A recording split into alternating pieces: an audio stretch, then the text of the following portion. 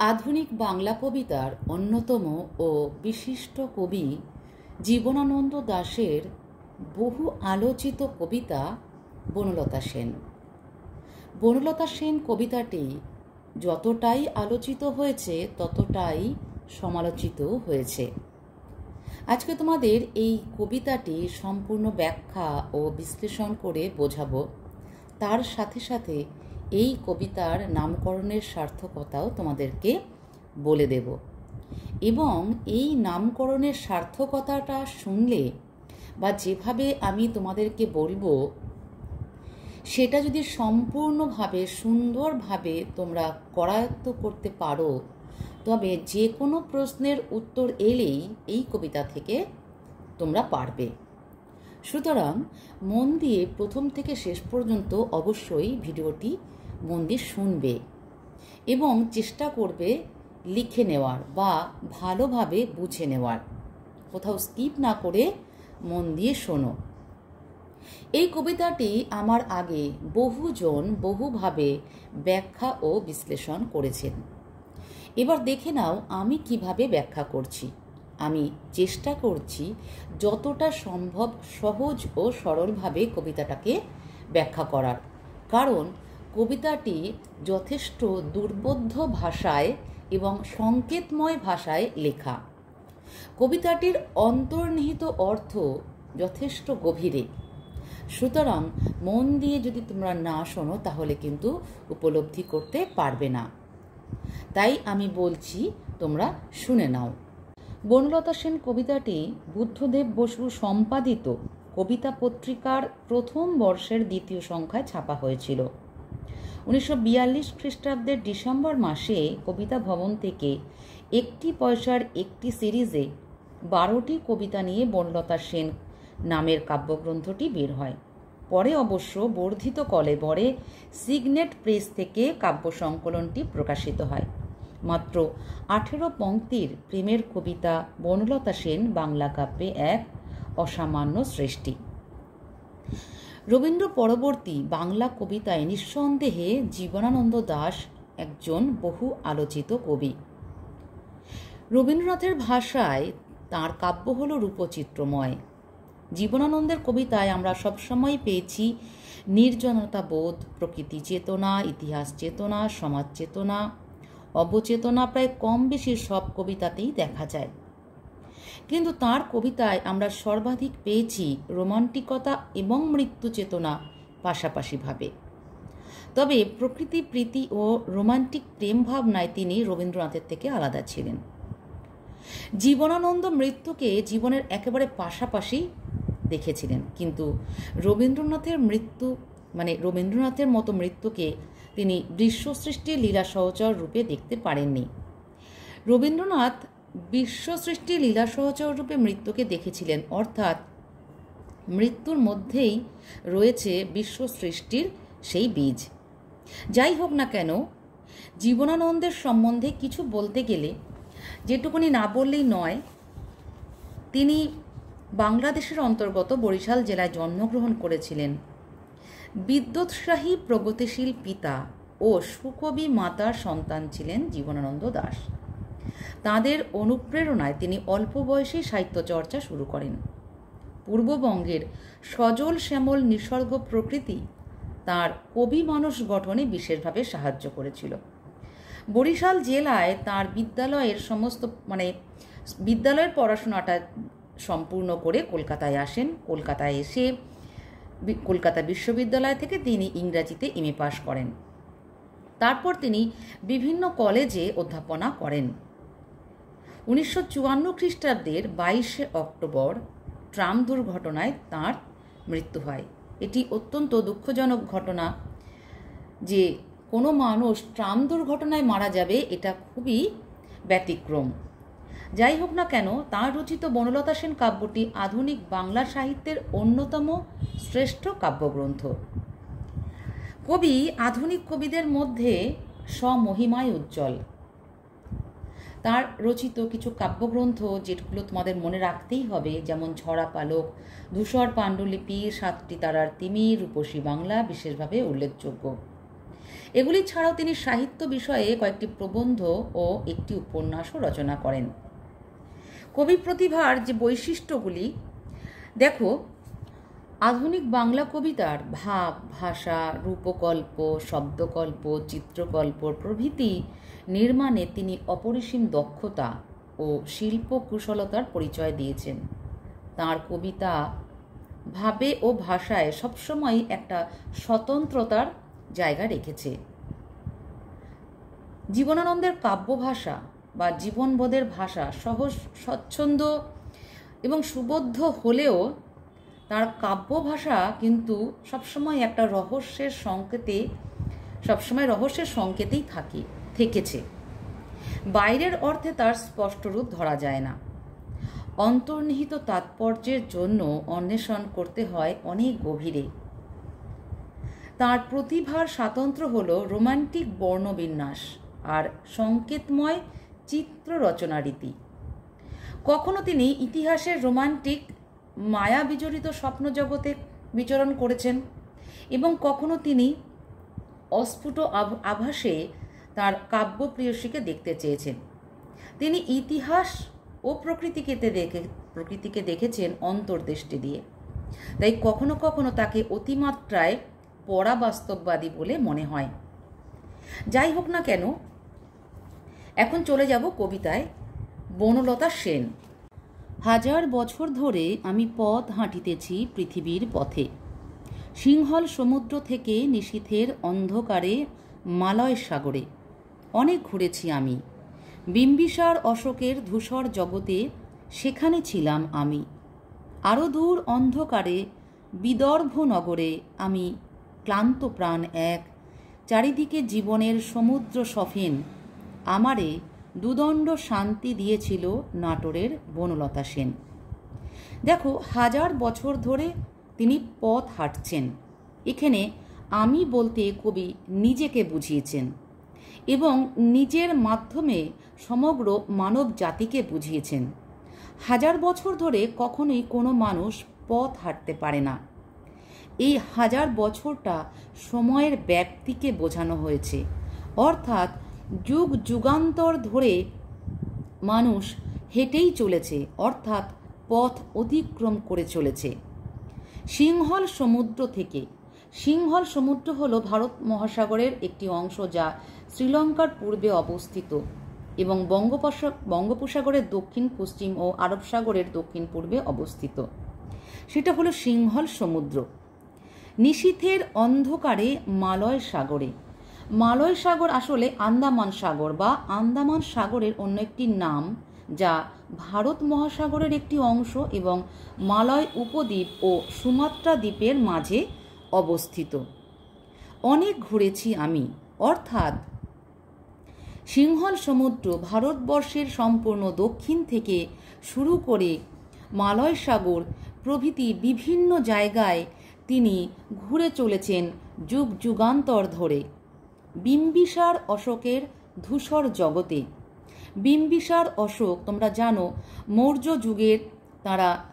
যুগে তারা শাসন করেছেন। অশোক, আমরা মহামতি অশোক নামে জানি, যে অশোক একটিমাত্র যুদ্ধেই তার মন তিনি সম্পূর্ণরূপে পরিবর্তন করে বৌদ্ধ ধর্ম গ্রহণ করেছিলেন, কারণ তিনি কুলিঙ্গ যুদ্ধে এত রক্তপাত দেখেছিলেন। ধূসর জগৎ বলতে কি বোঝানো হয়েছে? ধূসর অর্থাৎ যা মলিন হয়ে গেছে, যা আবছা হয়ে গেছে, যা আর দেখা যায় না। অর্থাৎ বিম্বিসার অশোককে আমরা ইতিহাসের পাতায় পড়ি, যেগুলো আজকে অনেকটাই বিলীন হয়ে গেছে। শুধুমাত্র ইতিহাসের পাতাতেই আমরা পড়ি, বর্তমানে তাদের কোনো অস্তিত্ব নেই, অর্থাৎ তারা আবছা হয়ে গেছে। সেখানে ছিলাম আমি। অর্থাৎ কবি বলছেন যে তিনি সেই ঐতিহাসিক যুগেও ছিলেন এবং বর্তমানেও আছেন এবং ক্রমে তিনি প্রত্যেকটা যুগে যুগেই তিনি চলেছেন। আরও দূর অন্ধকারে বিদর্ভ নগরে। বিদর্ভ নগর হল ভারতেরই মহারাষ্ট্রের পূর্বতম একটি ভৌগোলিক অঞ্চল, যা নাগপুর ও অমরাবতী বিভাগ নিয়ে গঠিত। অর্থাৎ সেই বিদর্ভ নগরেও তিনি ছিলেন। আরও দূর অন্ধকারে, অর্থাৎ আরও দূর বলতে আরও অতীতের কথা বলা হয়েছে, যা অন্ধকার হয়ে গেছে, যা আর দৃশ্যমান নয়, সেখানেও তিনি ছিলেন। আমি ক্লান্ত প্রাণ এক। কবি জীবনানন্দের কবিতায় আমরা ক্লান্তি, হতাশা, বিষণ্ণতাকে বারবার লক্ষ্য করেছি। তিনি বলছেন, চারিদিকে জীবনের সমুদ্র সফেন। জীবন রূপ সমুদ্র, এই কবিতায় অনেক কিছুই রূপক হিসেবে ব্যবহার হয়েছে। এখানে জীবনকে সমুদ্রের সঙ্গে তুলনা করা হয়েছে। সফেন অর্থাৎ ফেনাময়। সমুদ্রের জল যখন বারে বারে তার তীরে এসে, বালিতে এসে ধাক্কা খায়, তাতে একটা ফেনার সৃষ্টি হয় এবং এই ফেনা কিছুক্ষণের মধ্যে মিলিয়েও যায়। অর্থাৎ জীবনের যে চড়াই উতরাই, দুঃখ, কষ্ট, যন্ত্রণা, এগুলো আসে যায়। এটাকেই বলা হচ্ছে জীবনের সমুদ্র সফেন। আমারে দুদণ্ড শান্তি দিয়েছিল নাটোরের বনলতা সেন। দেখো, প্রথমে বলে নিই নাটোর কি। নাটোর বাংলাদেশের রাজশাহী জেলার অন্তর্গত একটি জায়গা, যেখানে রানী ভবানীর রাজ্য এবং সেটি ছিল শান্তির রাজ্য। তাই এখানে শান্তির কথা বলা হয়েছে। কবি যেন সেই নাটোরে গিয়ে বনলতা সেনের কাছে দুদণ্ড শান্তি পেয়েছিলেন। দেখো, শান্তি এখানে কিন্তু মানে টেম্পোরারি, অর্থাৎ এই শান্তি কিন্তু স্থায়ী শান্তি ছিল না। কারণ এই লাইনেই রয়েছে, আমারে দুদণ্ড শান্তি দিয়েছিল নাটোরের বনলতা সেন। অর্থাৎ কবির যে কল্পিত নারী, কবি যেখানে একটু শান্তি কামনা করেছেন একজন নারীর কাছে, সেখানে তিনি শান্তি পেয়েছিলেন বটে, কিন্তু খুব ক্ষণিকের জন্য। তাই লেখা রয়েছে দুদণ্ড, অর্থাৎ কিছু পল, কিছু সময়। এই নাটোর রানী ভবানীর শান্তির রাজ্য, তাই কিন্তু কথাটা বলা হয়েছে যে সেখানেই তিনি শান্তি পেয়েছিলেন। এই বনলতা সেন কে? এই বনলতা সেন কে, এই প্রশ্নটি এখানে খুবই প্রয়োজনীয় প্রশ্ন। আমি সেই বিষয়ে পরে আসছি। তাহলে এই যে 6 লাইনের এই প্রথম স্তবক, এই প্রথম স্তবকের সারাংশ তোমাদেরকে আমি এখন বলে দেব, মন দিয়ে শোনো। প্রেমিক কবি জীবনানন্দ ইতিহাসের পথ ধরে প্রেমের অন্বেষণে, যুগ যুগান্তরের পরিক্রমায় মহাজীবনের হাত ধরে হেঁটে চলেছেন। বনলতা সেন দূরবর্তিনী এক নিসর্গনীল নারী। 1000 বছর ধরে পৃথিবীর পথে কবি পরিক্রমা এবং খুঁজে চলেছেন তার মানস প্রতিমাকে। এক সর্বকালীন অন্বেষণের প্রেক্ষাপটে কবি ক্লান্ত, জন্মান্তর ধরে তবু তিনি খুঁজে চলেছেন। প্রাচীন সভ্যতার স্মৃতি সৌরভ এবং ভারতীয় সংস্কৃতির লালিত্য কবির পরিক্রমায় উন্মোচিত হয়েছে। সিংহল সমুদ্র, মালয় সাগর, বিম্বিসার, অশোকের ধূসর জগৎ, বিদর্ভের অন্ধকারে হাঁটতে হাঁটতে কবি ক্লান্ত। রানী ভবানীর শান্তির রাজ্য নাটোরে দুদণ্ড শান্তি পেলেন বনলতা সেনের কাছে। মানবাত্মার চিরকালের অন্বেষণের বাণী ধ্বনিত হয়েছে প্রথম স্তবকে। আমরা চলে আসছি দ্বিতীয় স্তবকে। চুল তার কবেকার অন্ধকার, বিদিশার নিশা, মুখ তার শ্রাবস্তির কারুকার্য, অতি দূর সমুদ্রের পর হাল ভেঙে যে নাবিক হারায়েছে দিশা, সবুজ ঘাসের দেশ যখন সে চোখে দেখে দারুচিনি দ্বীপের ভিতর, তেমনি দেখেছি তারে অন্ধকারে। বলেছে সে, এতদিন কোথায় ছিলেন? পাখির নীড়ের মতো চোখ তুলে নাটোরের বনলতা সেন। চুল তার কবেকার অন্ধকার, বিদিশার নিশা। কবি এখানে তার মানস প্রতিমাকে ব্যাখ্যা করছেন, তার চুলকে ব্যাখ্যা করছেন অন্ধকার, বিদিশার নিশার মতো। নিশা অর্থাৎ রাত্রি, কবেকার অন্ধকার অর্থাৎ সেই সুদূর অতীতের যে অন্ধকারময় জগৎ, এবং বিদিশা হলো প্রাচীন উত্তর ভারতের অন্ধকারাচ্ছন্ন এক নগরী।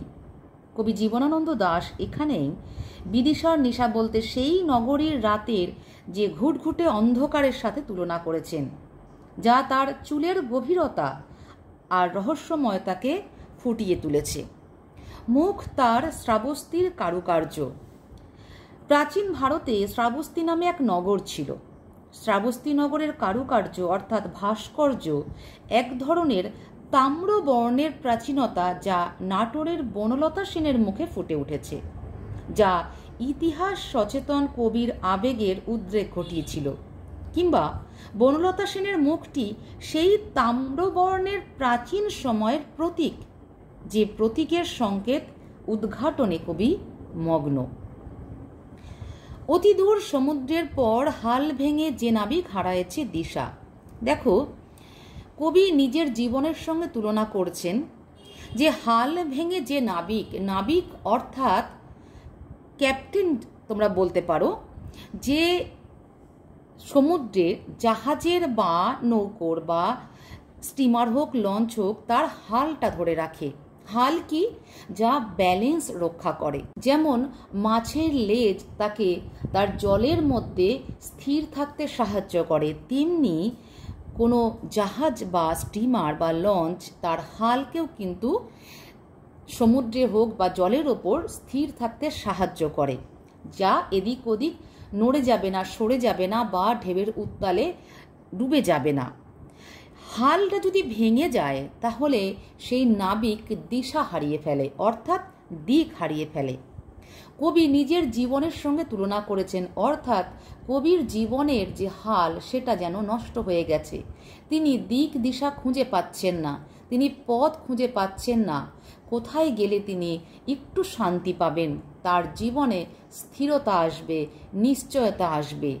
কারণ কবির জীবনে আমি আগেই বলেছি প্রতিষ্ঠা নেই, তিনি বেঁচে থাকতে কিন্তু সেভাবে প্রতিষ্ঠা পাননি। তাই তিনি বলছেন যে সবুজ ঘাসের দেশ যখন সে চোখে দেখে দারুচিনি দ্বীপের ভিতর। দারুচিনি এক ধরনের মশলা, সুগন্ধি মশলা। সেই দ্বীপ যখন নাবিক, হাল ভাঙা যে নাবিক সবুজ ঘাসের কোনো দ্বীপ দেখতে পায়, তখন তার মনের মধ্যে আবার বেঁচে থাকার তিনি চেতনা খুঁজে পান, তিনি বেঁচে থাকার উৎসাহটা খুঁজে পান।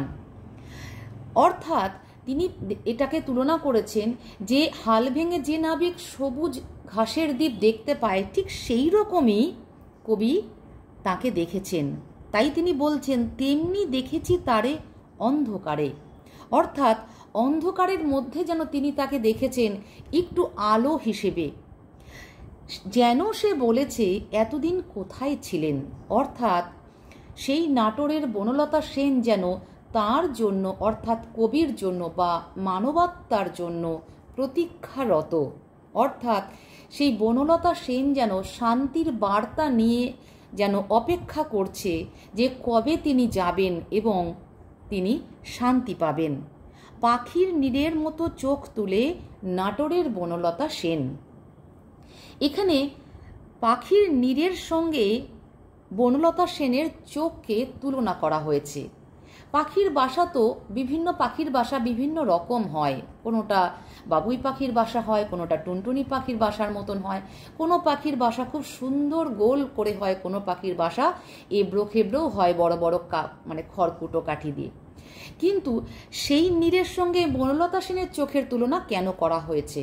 অর্থাৎ পাখি কখন নীড় বা বাসা বানায়, নীড় অর্থাৎ বাসা, যখন পাখি সেখানে তার সন্তানের জন্ম দেবে, ডিম পাড়বে এবং ডিম ফুটে বাচ্চা যখন বেরোয়, সেই বাচ্চা অর্থাৎ তার সন্তানের সঙ্গে মায়ের যে মমতার সম্পর্ক, সেই মমতার সম্পর্ক জড়িয়ে আছে সেই পাখির বাসায়। পাখি বাসায় ফেরে সেই সন্তানের জন্য, অর্থাৎ সেখানে যেন একটা মাতৃত্বের সম্পর্ক রয়েছে। তাহলে বনলতা সেন যখন চোখ তুলে তাকালেন কবির দিকে, সেই দৃষ্টিতে রয়েছে স্নেহ, মমতা এবং মাতৃত্বের সম্পর্ক। তাই এখানে বলা হয়েছে পাখির নীড়ের মতো। তাহলে এখানে এই কবিতার যে সারাংশ সেটা তোমাদের বলে দিই। বনলতা সেনের মুখে শ্রাবস্তী নগরের কারুকার্য রয়েছে, বৌদ্ধিক প্রশান্তি এবং প্রীতিঘন করুণা। বনলতা সেনের চুলের কৃষ্ণত্ব বিদিশার নিশার মতো। বনলতা সেনের কাছে কবির আশ্রয় চাওয়া এবং প্রাপ্তি হালভাঙা নাবিকের কাতর আবেদনের মতো। সবুজ ঘাসের দারুচিনি দ্বীপ অকুলে ভাসা নাবিকের পরম আশ্রয়স্থল।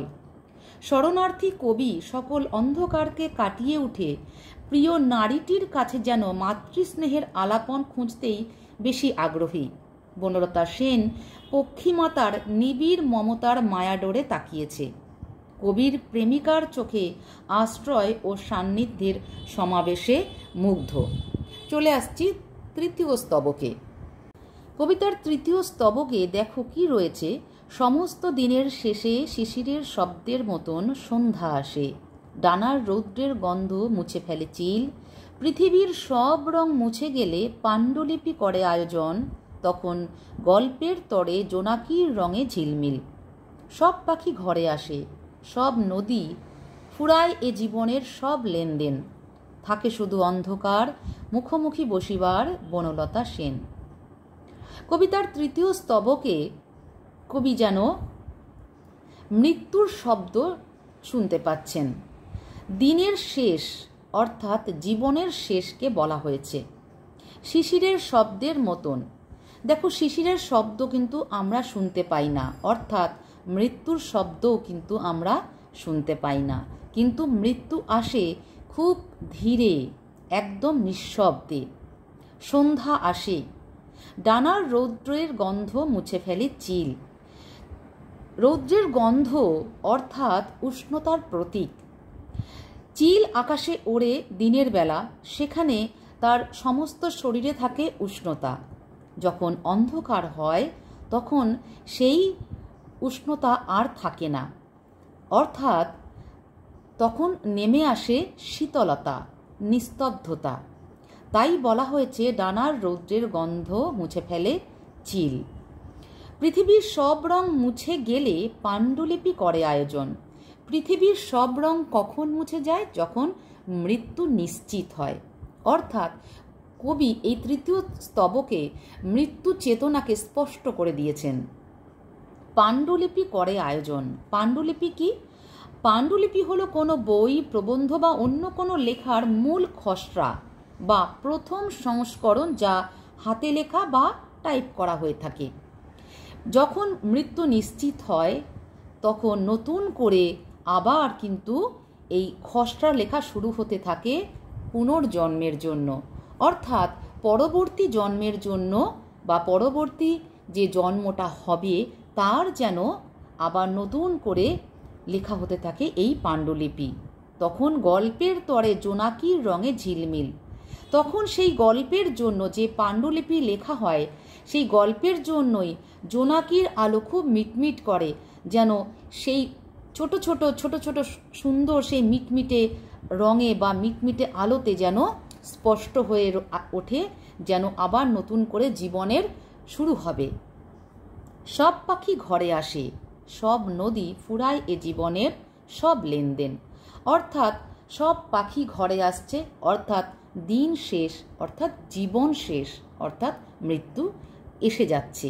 সব নদী, সমস্ত নদী তার উৎপত্তি স্থল থেকে প্রবাহিত হয় সমুদ্রের দিকে, অর্থাৎ সমুদ্রে মিলিত হওয়ার পর সেই নদীর আর কোনো অস্তিত্ব থাকে না, মানে জলের অস্তিত্ব থাকে না। যে জলটা উৎপত্তি স্থল থেকে নদীর বুক দিয়ে বয়ে এসে সমুদ্রে পতিত হয় এবং সমুদ্রে বিলীন হয়ে যায়, অর্থাৎ সমুদ্রের সাথে মিলিত হয়, তখন সেই জলের আর কোনো অস্তিত্ব থাকে না।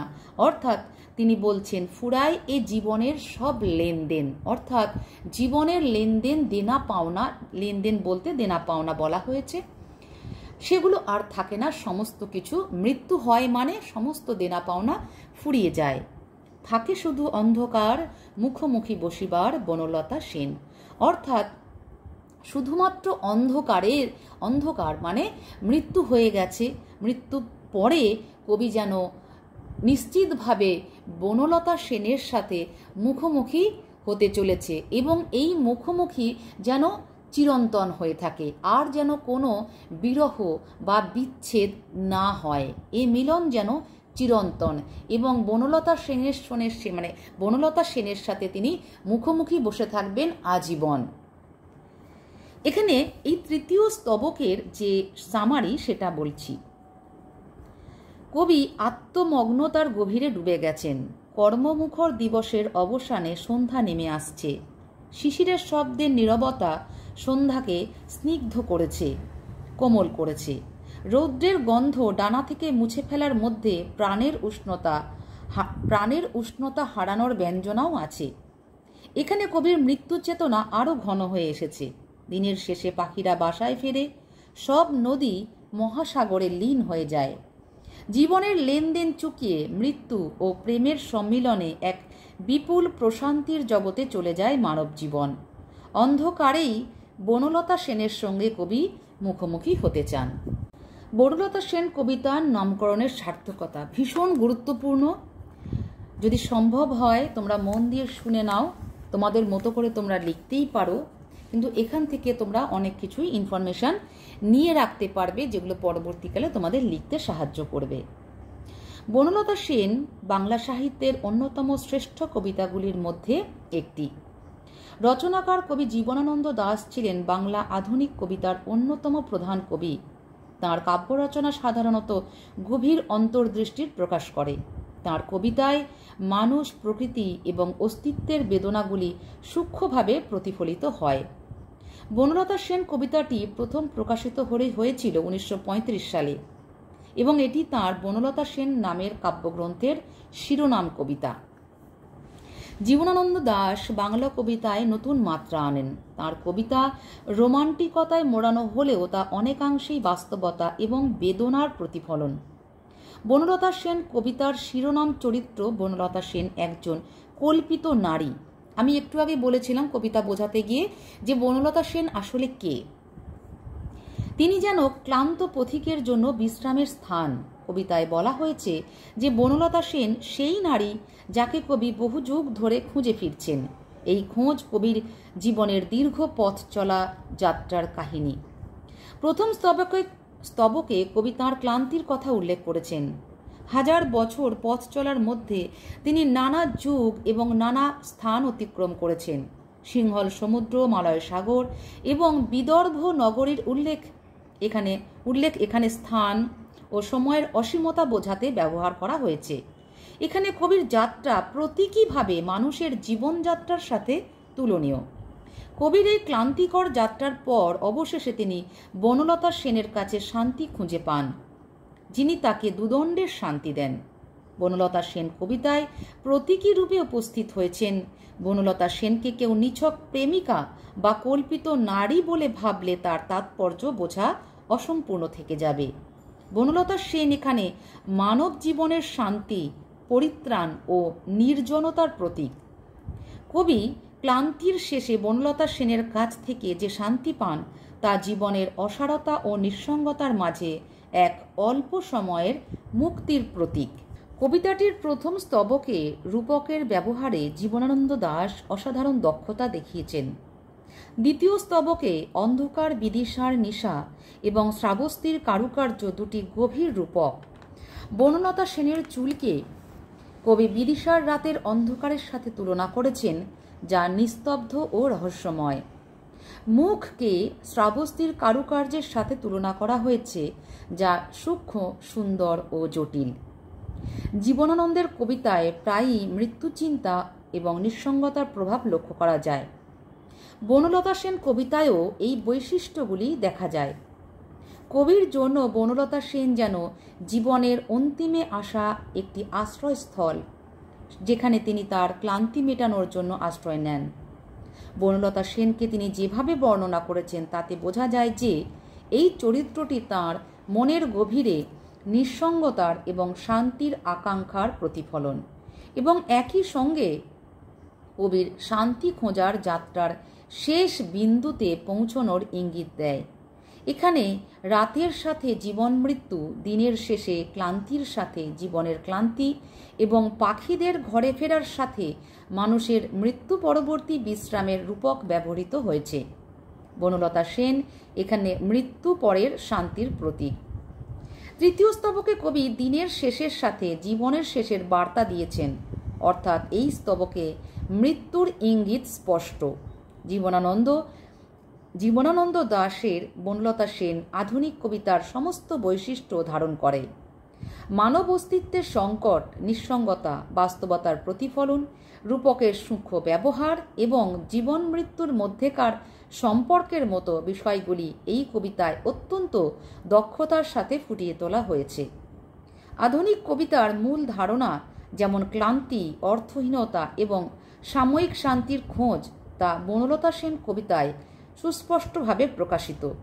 এজন্য বনলতা সেন আধুনিক বাংলা কবিতার একটি অনন্য উদাহরণ এবং এর নামকরণের সার্থকতা অম্লান ও সর্বাঙ্গীনভাবে যুক্তিযুক্ত। বনলতা সেন কবিতাটি শুধুমাত্র জীবনানন্দ দাশের এক অসাধারণ কাব্যিক সৃষ্টি নয়, এটি বাংলা সাহিত্যের অন্যতম শ্রেষ্ঠ কবিতা হিসেবে বিবেচিত হয়। কবিতাটির প্রতিটি স্তবক, প্রতিটি চিত্রকল্প এবং প্রতিটি রূপকের মধ্যে জীবনানন্দ দাশের মনস্তাত্ত্বিক অন্তর্দৃষ্টি এবং জীবনের নিঃসঙ্গতার প্রতি তাঁর উপলব্ধি প্রতিফলিত হয়েছে। আমি সম্পূর্ণ কবিতাটি বোঝানোর সাথে সাথে নামকরণের সার্থকতাও বুঝিয়েছি। এর পরবর্তী ভিডিওতে আমি এর প্রশ্ন উত্তর নিয়ে আসবো। যদি কোনো প্রশ্ন থাকে কবিতা বিষয়ে আমাকে অবশ্যই জানাতে পারো কমেন্ট বক্সে। আজকের মতো এখানেই।